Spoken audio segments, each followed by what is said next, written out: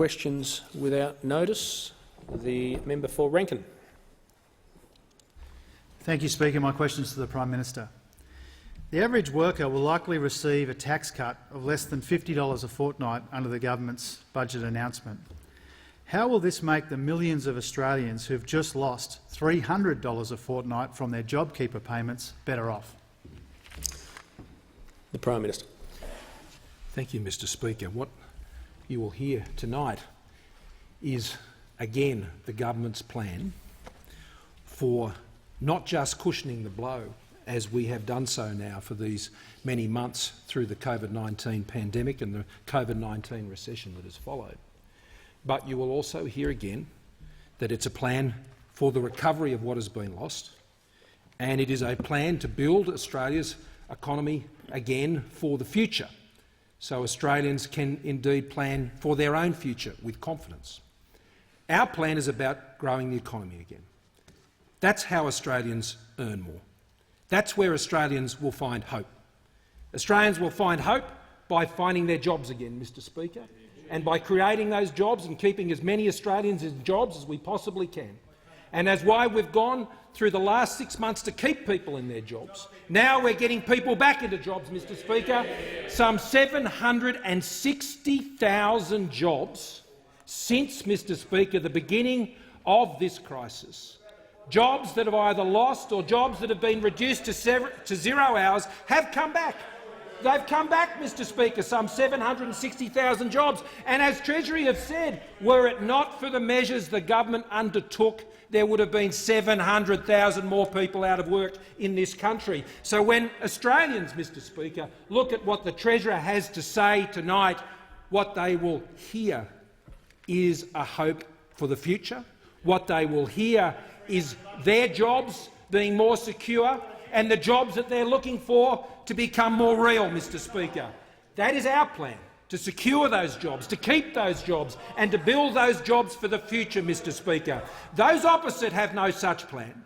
Only on this side, Mr Speaker, have we put out a consistent plan to grow the economy, and the proof of that is the 1.5 million jobs that were created when we first came to government up until the start of this COVID crisis. 1.5 million jobs created, a budget back in the balance, so we entered into this crisis from a position of strength, Mr Speaker. Had it been left to those opposite, we would have entered this crisis in weakness, Mr Speaker, and the weakness would have continued in their ill-disciplined approach. But under this government, Mr Speaker, our responses have been targeted, they've been proportionate, they've been scalable. Mr Speaker, our government's plan has kept Australians in work, and it will keep Australians in work, and it will get more Australians in work. And I call the member for Reid. Thank you, Mr Speaker. My question is to the Prime Minister. Will the Prime Minister outline to the House how the Morrison government's plan to create jobs and rebuild our economy will secure our economic future and guarantee the essential services Australians rely on? The Prime Minister. Thank you, Mr Speaker. I thank the member for Reid and all members of this place who have been supporting their communities through what has been one of the most difficult times Australians have known for many generations. And the challenge that we face, we know, is great, but Australians are up to that challenge. And the plan that the budget delivers tonight through the Treasurer is also equal to that challenge, a plan for economic recovery from the COVID-19 recession and a plan to rebuild Australia's economy for the future. Mr Speaker, from this COVID-19 recession, there will be a coalition-led economic recovery, Mr Speaker, as we bring the jobs back, as we protect the jobs. This budget, Mr Speaker, is a plan to keep Australians in jobs and to get more Australians into jobs, to cushion that blow, to recover what was lost and to ensure we rebuild our economy for the future. Mr Speaker, this budget guarantees the essential services that Australians rely on. Our approach is to ensure that the health and education services, the disability and aged care and other services that Australians rely on, they will see tonight guaranteed and assured in the budget that we bring down tonight while at the same time as fighting this virus and fighting for the jobs of Australians. It enables Australians to keep more of what they earn, a fundamental principle of our government, Mr Speaker, that the hard earnings of Australians, they should be able to retain more of them for their future so they can have the choices and plan for their future. To ensure, Mr Speaker, that we are making it easier to do business in this country, and we're providing the incentives for businesses that employ Australians to employ more of them and to invest more in our economy into the future and give them that support. To ensure that we're enabling Australians to get the skills and the training and the education they need, whether it's the 340,000 places under the Job Trainer program, the additional 12,000 university places the Minister for Education, he himself, has announced just in this past 7 days, Mr Speaker, the education they need, not just for themselves, but for the employers who want to employ those skills, Mr Speaker, and to enable our economy to have the affordable, the reliable and the lower emissions technologies that will guarantee not only our economy for today and tomorrow, but 30 years into the future, Mr Speaker. This is what our plan does. It builds the infrastructure. It supports our manufacturers. Mr Speaker, it's a bold, it's a responsible and it's a reliable plan, Mr Speaker. It's a plan that Australians can sit around their kitchen tables and start to plan again for their future with confidence as a result of the economic leadership that will be provided and continue to be provided by this government. Tonight is that recovery plan for the future, Mr Speaker. It is the plan to rebuild our economy for the future. It is the plan for jobs Australia needs. The Leader of the Opposition. Thanks, Mr Speaker. My question is addressed to the Prime Minister. Won't the Morrison recession be longer and deeper because the Prime Minister's cuts to JobKeeper, JobSeeker and wages are leaving businesses and workers behind? The Prime Minister. No, Mr Speaker. The Leader of the Opposition, in the way he has framed this question, seems to be the only Australian in this country who doesn't understand there's a COVID-19 pandemic going on in the world today.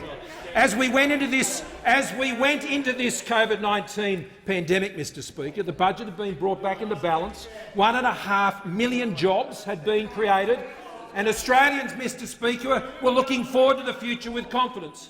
But of course, the COVID-19 pandemic did hit this country, and Australia was prepared for it. And Australia's response, both from a health response and an economic response, has put us in just a handful of countries that has been able to steer our way through what has been a great global pandemic. Now, Mr Speaker, the Leader of Opposition may not know this, but the forecast fall in the global economy this year is 4.5%. 4.5%. Mr Speaker, during the global financial crisis, the global economy fell by 0.1%. So what our government is facing is 45 times more severe than when those opposite thought the response was to build overpriced school halls, set fire to people's houses and send cheques to dead people and pets, Mr Speaker. That is not how you manage a crisis. That's not how you manage a crisis, Mr Speaker. Members you on manage both a sides. crisis with the strength and responsible economic management and the responsiveness and the certainty that our government has provided over these many past months as we have dealt. And they can jeer all they like, Mr Speaker, but their record of failure speaks for itself in a crisis. Our government, Mr Speaker, is providing the plan and the hope for recovery, and it is delivering that recovery indeed, Mr Speaker. 60%, Mr Speaker, of the jobs that have been lost have come back for women, Mr Speaker. It's been women who have led the jobs recovery from this pandemic. And we've also seen strong growth for those who are younger people, Mr Speaker, and tonight young people will see that plan for them tonight and for their future, whether they're leaving school, whether they're on an apprenticeship, Mr Speaker. 180,000 apprenticeships already sustained through the government's response to the pandemic, and another 100,000, Mr Speaker, that is being provided that we've announced as part of this budget. Young people can look at this budget tonight and know that this government has got their backs to get them into a job, not for them to spend a life on welfare, Mr Speaker, because our plan is about building for the future and getting Australians in jobs, back into jobs and to stay in jobs. call the member for Wentworth. Thank you, Mr Speaker. My question is to the Minister for Health. Will the Minister outline to the House how the Morrison government's plan to manage the health impacts of the COVID-19 pandemic has kept Australians safe?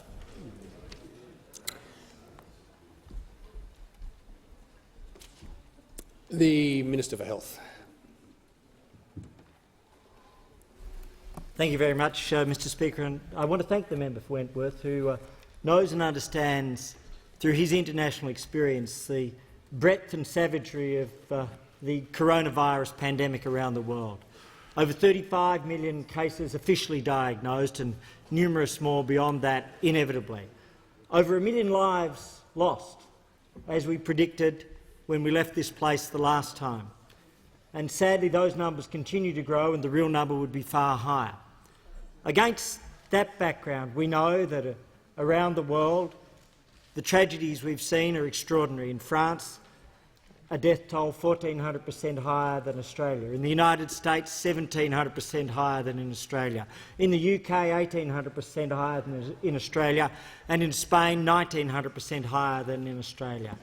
We've had our sadness and our tragedy and our suffering here, and every life lost has to be mourned.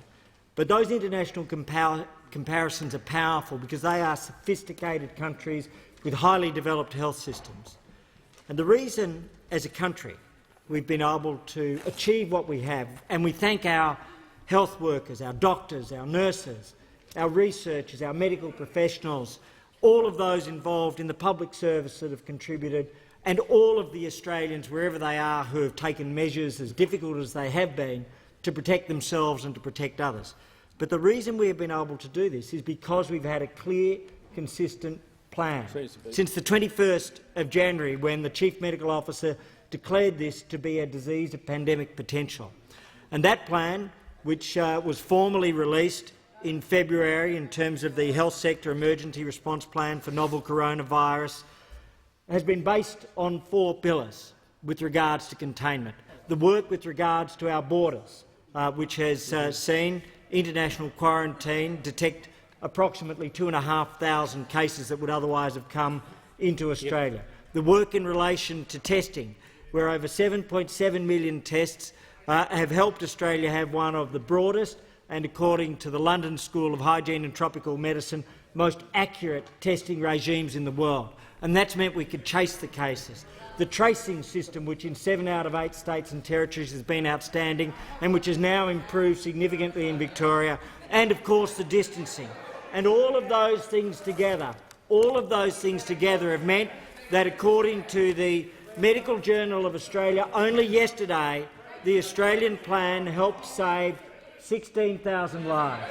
16,000 lives has been the result on the basis of a refereed journal article, and that indicates that as a country we've worked together, we've striven together, we've saved lives together, and for that we say thank you. The Deputy Leader of the Opposition. Thank you, Mr Speaker. My question is to the Prime Minister. On budget night last year, the Prime Minister and the Treasurer released an ad and announced in this chamber that the budget was already back in black, even though it wasn't. The so Deputy I was just Leader of the wondering Opposition what will marketing will that be on the Prime Minister's mug this year. The Prime Minister. Thank you. The Minister for Health. The Prime Minister has the floor. Thank you, Mr Speaker. I won't indulge the juvenile antics of the opposition, Mr Speaker. Members on my left. I won't indulge the juvenile antics. Today is a serious day for Australia, Mr Speaker. The member for Rankin. Members on my left. The member for Kingsford Smith.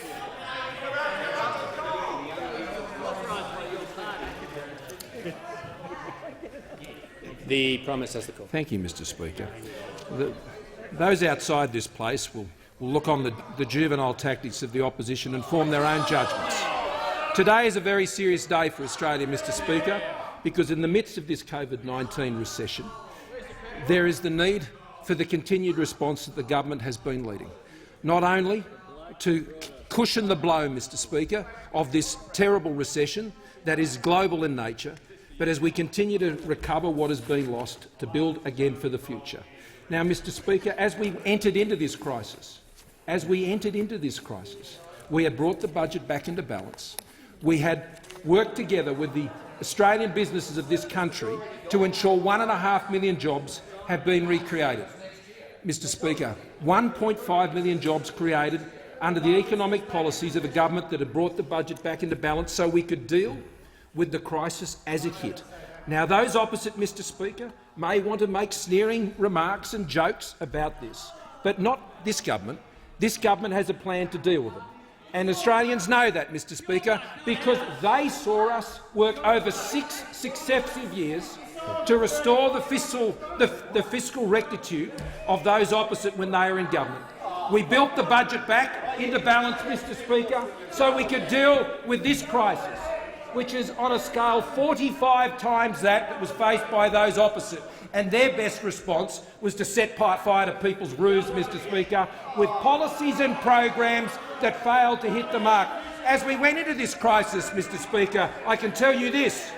One of the things we learnt not to do, we learnt from those opposite. We looked at how they responded to the first crisis of many years ago in the GFC, and we said, let's not repeat their terrible mistakes. And we have not, Mr Speaker. We have not. We have ensured we've used mechanisms that can deliver to people where they need that support, whether it has been in childcare support, whether it has been to the tourism industry, Mr Speaker, so significantly hit with the infrastructure spending and all the many measures that have been part of our plan.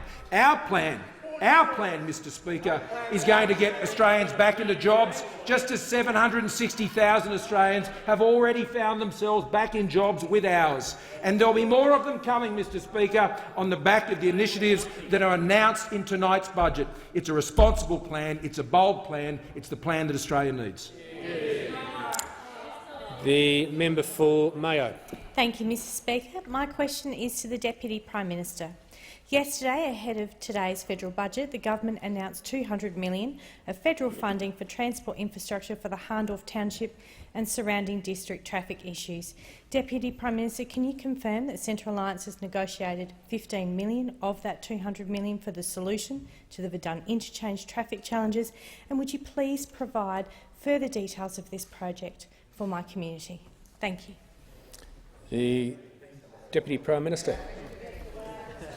Thank you, Mr Speaker, and I thank the member for Mayo for her advocacy for Mr Speaker, for her constituents, and her advocacy for easing traffic congestion and making sure that people get home sooner and safer, making sure they get where they need to be sooner and safer. And that's what the Liberals and Nationals have done all the way through with our $100 billion rolling infrastructure plan. Yesterday, $7.5 billion added new money to what we're doing, Mr Speaker. $625 million for South Australia. I'll get to the specific details of your question, member for Mayo.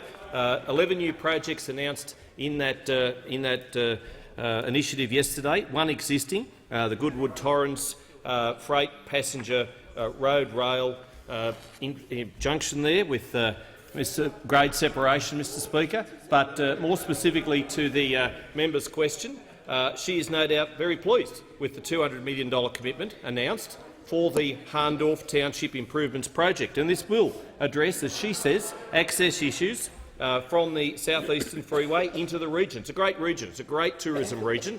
Been there myself. Know true well all about this particular region and know why the member for Mayo comes to this place and advocates hard for it. It includes the Verdun and Hahndorf townships. We fully funded the Hahndorf Strategic Planning Study, which is due to be completed very, very soon by the South Australian Government, which will detail the scope and the design of the most appropriate solution for the region. Because when this federal government does a project, we put the planning, we put the scoping, we put the detailed design into the project, not like those opposite when they Deputy had the Prime opportunity. Minister will pause for a second. The member for Rankin, I've asked him to stop interjecting 4 or 5 times. Just can I say to him that the week is young? Just cease interjecting. Okay, you're interjecting constantly and loudly. The Deputy Prime Minister has the call. Mr Speaker, no, the Deputy Prime Minister. I'm just giving him a bit of advice, Mr Speaker, but I'll get back to the... We fully funded the part of strategic planning study, as I say. And in addition, we're already investing hundreds of millions of dollars into the member's electorate, and I know how appreciative she is, but moreover how appreciative her constituents are for those measures. $200 million towards the Princess Highway corridor in South Australia. And I speak with Corey Wingard, the minister, very regularly. I know he is also aware of the project that, to which the member refers and to which she has advocated. I know the Premier, Stephen Marshall, who has been a tower of strength, I have to say, through COVID-19, Mr Speaker. He has. And we speak on a weekly basis about infrastructure needs in South Australia, about what is needed for that fine state. More than $29 million through community programs for the seat of Mayo, and more than $6 million for the Building Better Regions Fund. And again, $200 million towards that fund, round 5 being announced as part of this budget. That's delivery in action. I look forward to having further discussions with the member for Mayo about projects in her area. The member for Nichols. Thank you very much, Speaker. My question is also to the Deputy Prime Minister, Minister for Infrastructure, Transport and Regional Development. Will the Deputy Prime Minister inform the House how the Morrison-McCormack government's plans for jobs is supporting regional Australia through the continued rollout of infrastructure as part of the recovery from COVID-19 pandemic? The Deputy Prime Minister. Thank you, Mr Speaker, and I do thank the member for Nichols for his question. I thank him for his continued advocacy for rural and regional Victoria, specifically, Mr Speaker, and his electorate. He knows full well how regional Victoria has done so well through COVID-19, but had restrictions placed on it. Had these restrictions placed on it because of outbreaks in Melbourne. But still, despite that, Mr Speaker, they have led the way with agriculture. They've led the way with making sure that they can be their best selves. And, Mr Speaker, we want to make them even better. And I know the member for Nichols does too. And certainly I know that he, like me, and like the Prime Minister and everybody on this side, shares that vision for the future. The COVID-led recovery be announced tonight at 7:30 at this point, at this place, right at this dispatch box when the Treasurer stands to his feet, and he will announce a great regional budget. He will announce a fantastic infrastructure-led recovery. Yesterday we announced $7.5 billion in new investments to support 30,000 direct and indirect jobs across the nation. 82 new projects, 33 existing, shovel-ready, ready to go. We want to get workers on the ground, and whether it's in the member's seat or any one of the 537 local government areas around Australia, we're going to deliver for them. Now, what we're announcing tonight, and with the infrastructure programs that builds on the 100,000 direct and indirect jobs already being supported by projects under construction in the current infrastructure pipeline. Jobs, jobs and more jobs. That's what it's all about. We're going to improve connectivity for the people for the member. The member for Nichols represents so well. Our government is investing $320 million into Stage 3 of the Shepparton rail line upgrade. Now, we've invested heavily in Shepparton, and I know whether it's the Art Museum, I know whether it's the cannery, the agriculture, everything that the member has fought for, he has delivered, Mr Speaker. He is in there, he is a fighter for his people, and we're helping him. This will complement an $80 million investment by the Victorian government. The upgrade will enable velocity trains to run on the line for the very first time. Speeds of up to 130 kilometres with more return services between Shepparton and Melbourne. And that's important, Mr Speaker. At the same time, supporting around 990 direct and indirect jobs. Work expected to start early next year. And it's the beauty of an infrastructure-led recovery, a lasting legacy to Australians while supporting our economy in the short term, and particularly those regional areas, particularly those country areas, Mr Speaker, and so well represented by the likes of the member for Nichols. It's our recovery plan. As I say, it's all about jobs, jobs and jobs. It's all about getting that economic recovery through COVID. His area's been hard hit by the drought. It was hard hit by the fact that they had restrictions placed on it by Melbourne. But they've led the way through. They're going to be making sure that the COVID-led recovery is all about jobs and infrastructure. Has concluded. The Leader of the Opposition. Thank you, Mr Speaker. My question is to the Prime Minister. Before coming to office, this government announced that it would produce a surplus in its first budget and every year after that. Last year, the Prime Minister announced bizarrely that he had, quote, brought the budget back to surplus next year." End quote. Isn't it the case that this government has never delivered a surplus, never will deliver a surplus, and had doubled the debt well before coronavirus hit? The Prime Minister has the call. Thank you, Mr Speaker. What I know, Mr Speaker, is this government brought the budget back into balance before the COVID recession hit. And, Mr Speaker, Members on those my opposite seem completely oblivious. And in fact, it is a carnival over there, Mr Speaker. It is embarrassing for the Leader of the Opposition, Mr Speaker, to not acknowledge that the COVID-19 global pandemic has prevented the government from achieving a surplus in the last financial year. Mr Speaker, he must be the only person on this planet who doesn't understand that the impact of the COVID-19 global pandemic on this country, on the jobs and livelihoods of this country, Mr Speaker. Prime Minister, resume his seat. The Leader of the Opposition on a point of order. On relevance, the question went to the Prime Minister's own statement that he had brought the budget back to surplus next year, that it had already happened well before coronavirus hit. I just point out to the Leader of the Opposition the question did go to that, but it went to a number of other statements, preambles, statistics as well. So that does, yeah. Well, there's a lot of there was a lot in there, and I think we won't waste the time of the House by me reading back your own question to you. I've got a transcript of it here. The Prime Minister's in order. And over those 6 years, as we brought the budget back into balance, those opposite fought us every step of the way.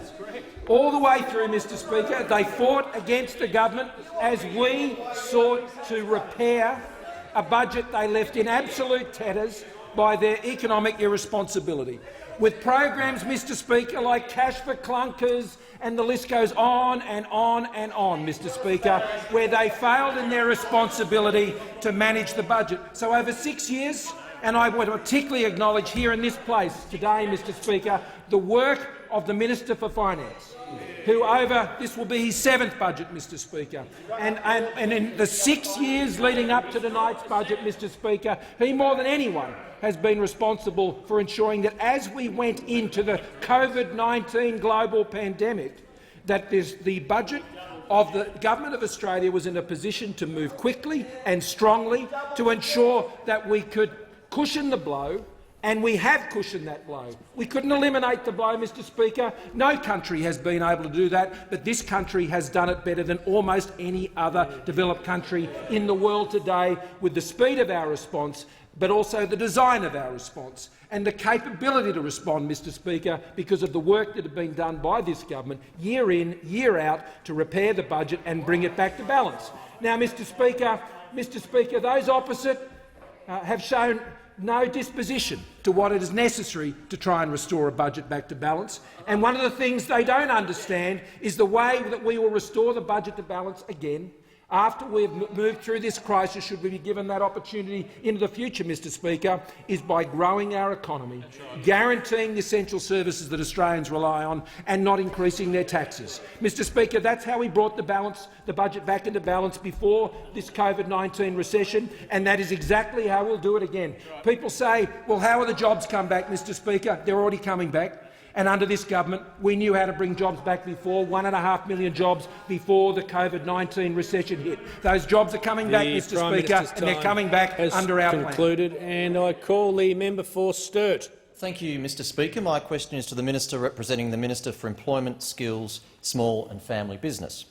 Will the Minister outline to the House how the Morrison government's plan for jobs is supporting Australia's skilled workforce through critical investment in training and apprenticeships programs?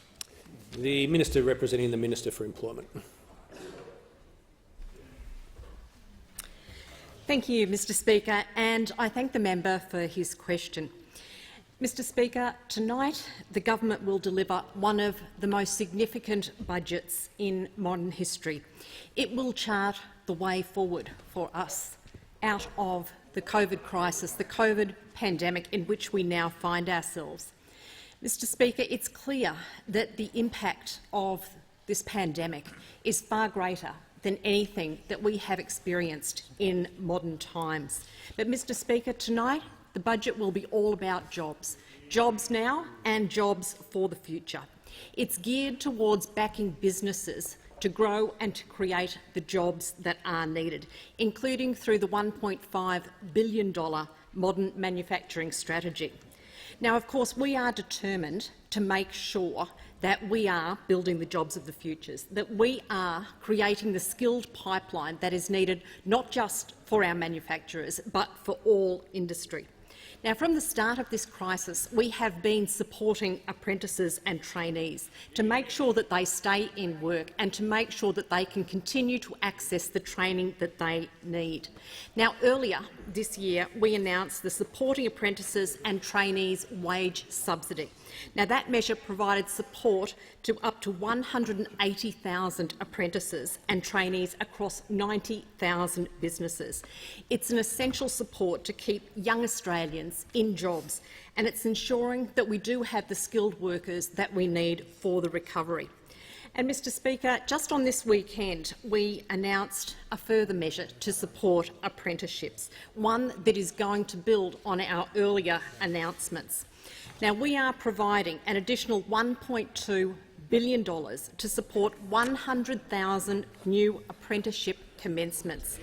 From yesterday, so, Mr Speaker, we announced this on the weekend, and from yesterday we are already taking action and delivering. Now, that's pretty fast, I've got to say.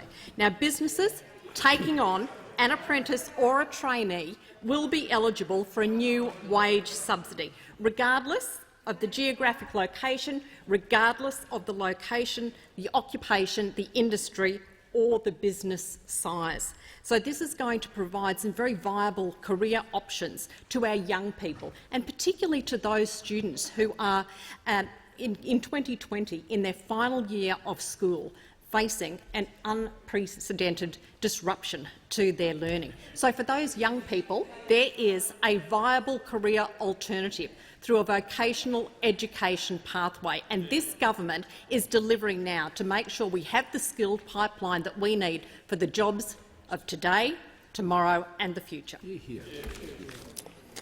And I call the member for Ballarat. Thank you, Mr Speaker. My question is to the Prime Minister. This government has spent $1.7 billion less on road and rail projects than it announced in last year's budget, making it 6 budgets in a row that this government has spent less than it announced on infrastructure. How can Australians trust this Prime Minister to deliver anything he announces in tonight's budget when he has never honoured his infrastructure announcements? The Prime Minister has the call. Thank you, Mr Speaker. In response to the pandemic, the government has announced $11.3 billion for infrastructure ventures focused on shovel-ready projects. That consists of $1 billion to immediately bring forward work on small priority projects, $500 million for targeted road safety works, $500 million to support local councils, $1.75 billion in additional funding for Sydney Metro, Western Sydney Airport, and $7.5 billion in new funding for 114 projects. Since coming to government, 399 projects have been completed. This includes 50 which were completed just in the last financial year, and there are 153 projects under construction across Australia, Mr Speaker. This includes 60 which commenced construction in 2019-20. There are a further 481 projects that are in place in planning, Mr Speaker, and that includes the Bruce Highway, Cooroy to Curra, Section D, Stage 2 of the Mungleback Creek to Bogabilla on the Newell Highway, Mr Speaker, and the Albany Ring Road.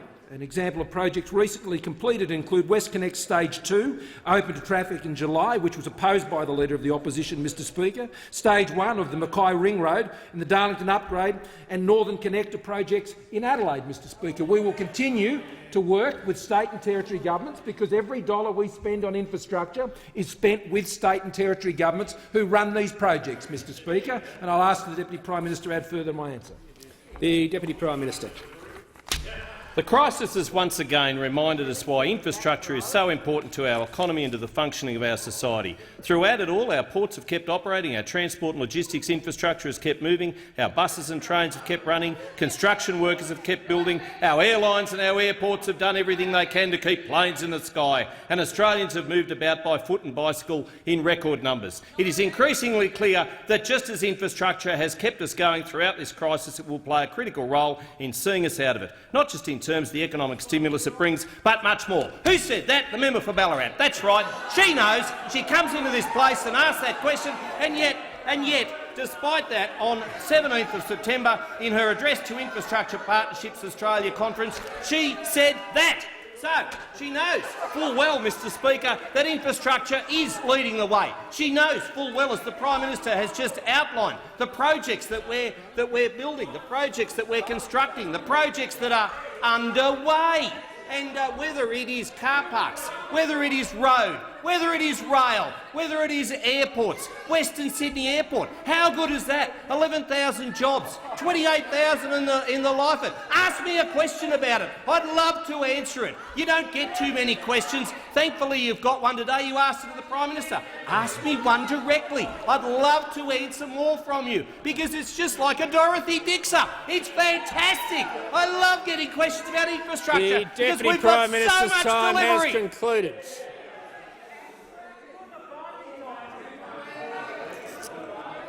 And I call the member for Longman. Thank you, Mr Speaker. My question is to the Minister for Energy and Emissions Reduction. Will the Minister outline to the House how the Morrison government's plan for jobs is driving our gas-led recovery from the COVID-19 pandemic, and how this plan will deliver reliable and affordable energy? Is the Minister aware of any alternative approaches? The Minister for Energy and Emissions Reduction. Thank you, Mr Speaker, and I thank the member for Longman for his question. And like all on this side of the House, he's focused on delivering for his households and small businesses affordable, reliable energy. He knows it's crucial to them, of course, and he also knows that a gas-fired recovery is central to the government's JobMaker plan to deliver a strong Australia on the other side of the virus, Mr Speaker. Now, our competitive advantage has always been based on cheap energy, and gas is crucial to that, Mr Speaker. Gas plays an important role in Australian manufacturing. 850,000 jobs employed in Australian manufacturing, delivering products like plastics for PPE, nitrogen fertiliser for agriculture, ammonium nitrate for our miners, and of course bricks for our builders, Mr Speaker. Now, even before COVID-19, we'd seen sharp reductions in the spot price of gas in this country, and in the last quarter we've seen the 54% down on the same time in the previous year, Mr Speaker. But there is much to do to ensure that we have that affordable, reliable gas into the future on long-term contracts. Australian gas must work for all Australians, Mr Speaker. Now, we are committed to making sure our LNG, liquefied natural gas exporters, remain world leaders as they are today, Mr Speaker. The government will invest to unlock supply, ensure we have investment in efficient infrastructure pipelines, Mr Speaker, and we're delivering market reforms to ensure that there's internationally competitive pricing for our customers in Australia, Mr Speaker. But we want to make sure that those prices remain competitive for years to come for our manufacturers and for firming of our electricity sector, our record level of investment in renewables, Mr Speaker. But the member asked about alternatives. And we learned over the weekend that Labor's position on gas is not to have a position on gas, Mr Speaker. They aren't allowed to talk about important projects like the Santos project at Narrabri, Mr Speaker. Now, it's not often that I would agree with the President of the CFMEU, Tony Marr. But I think he summed it up perfectly when he said that the member for Hindmarsh's recent comments about coal and gas not having a future are an insult to workers, Mr Speaker. An insult to workers. Now, Mr Speaker, Labor's failure to stand up on gas is just another example of the Leader of the Opposition being paralysed by indecision and a vision, and that includes his failure to have a 2030 target as required by the Paris Agreement, Mr Speaker. We're getting on with delivering our plan for affordable, reliable energy as we bring down our emissions. The member for Ballarat. Thank you, Mr Speaker. My question is to the Minister for Infrastructure. According to the Auditor-General, this government paid $30 million for the Leppington Triangle, which was valued at $3 million, paid 22 times the per hectare price paid by the New South Wales government, leased the land back on a value of less than $1 million and committed to building the Cellars a $10 million underpass. Does the minister stand by his claim taxpayers got a bargain? The Deputy Prime Minister has the call. ANAO reports. Oh, doesn't the member for Ballarat love these? This one was very damning about your handling of the regional program, regional The Deputy rorts. Prime Minister will resume his seat. The Manager of Opposition Business on a point of order. Mr Speaker, on direct relevance, the question dealt with a whole lot of issues about a single block of land, and he's not being in any way relevant. I'll just say I certainly listened to the question over the interjections of those behind the member for Ballarat. Obviously, the question went to one Auditor General's report. The Deputy Prime Minister obviously needs to make sure his answer is relevant to the question that's been asked. The Leader of the House seeking the call. Mr Speaker, the member for Shortland used a term that needs to be withdrawn with respect to the Deputy Prime Minister. Did the member for Shortland make an unparliamentary remark? The member for Shortland? I withdraw. Thank the member for Shortland. The Deputy Prime Minister. Probably been called worse. That's just by your own side. Mr Speaker, the government and the Department of Infrastructure, Transport, Regional Development and Communications are taking this matter very seriously. Member for Ballarat, they are. The department agrees with the recommendations. Well, you wanted to hear my answer and I'm giving it to you, so why don't you just simmer down, quieten down and I'll give it to you. The department agrees with the recommendations and has released a public statement that did that on the 22nd of September.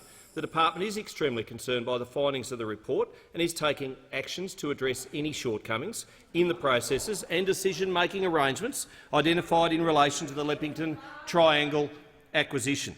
Now, the department has agreed with all the recommendations. Oh, seriously? The Deputy Prime Minister will not resume his seat. The member for Ballarat, are you seeking the call on relevance? Are you seeking the call on relevance? There's no point of order. Okay.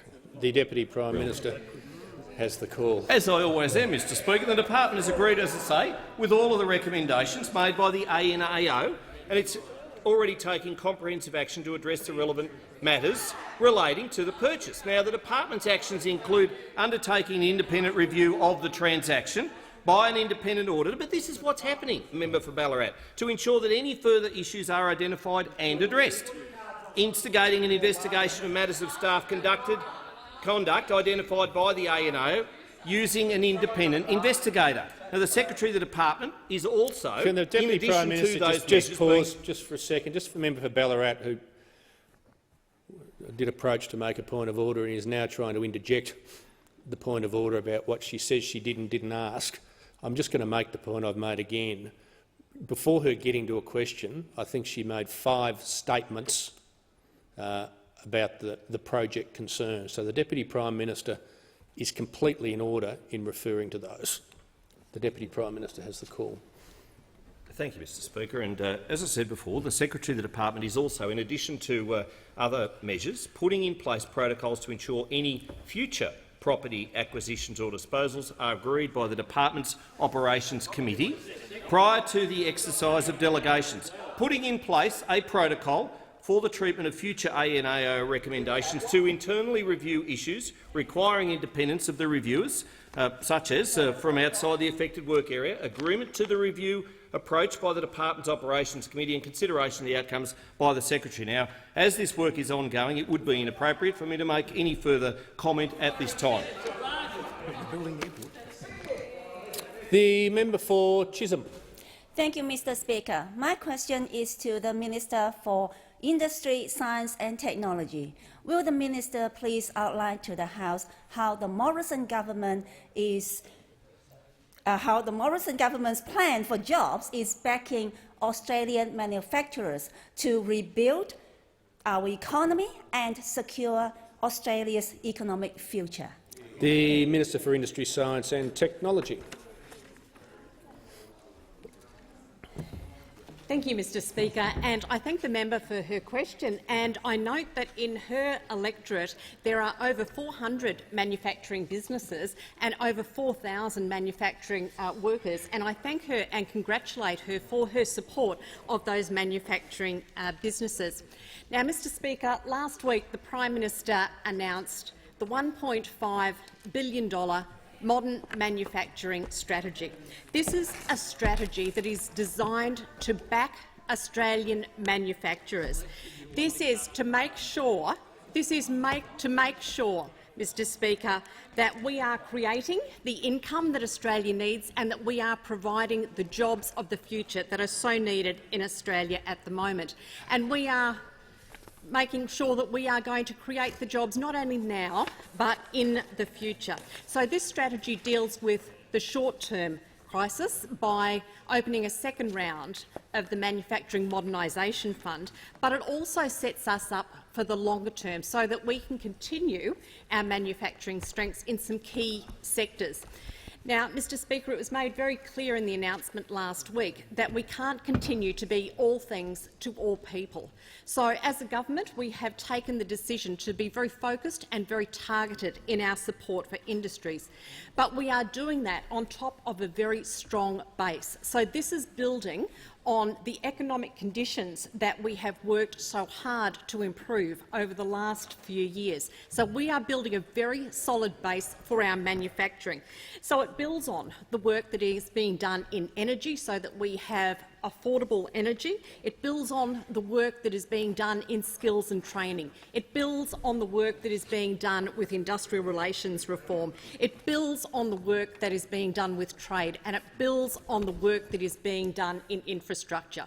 All of that work is going to support every single business in Australia. So on top of that, we have the $1.5 billion modern manufacturing strategy, dealing specifically with 6 key priority areas: resources, technology and critical minerals processing, food and beverage, medical products, recycling and clean energy, space and defence. So this $1.5 billion strategy is going to make sure that our businesses are competitive, they are resilient, and importantly that they can build the scale that we need.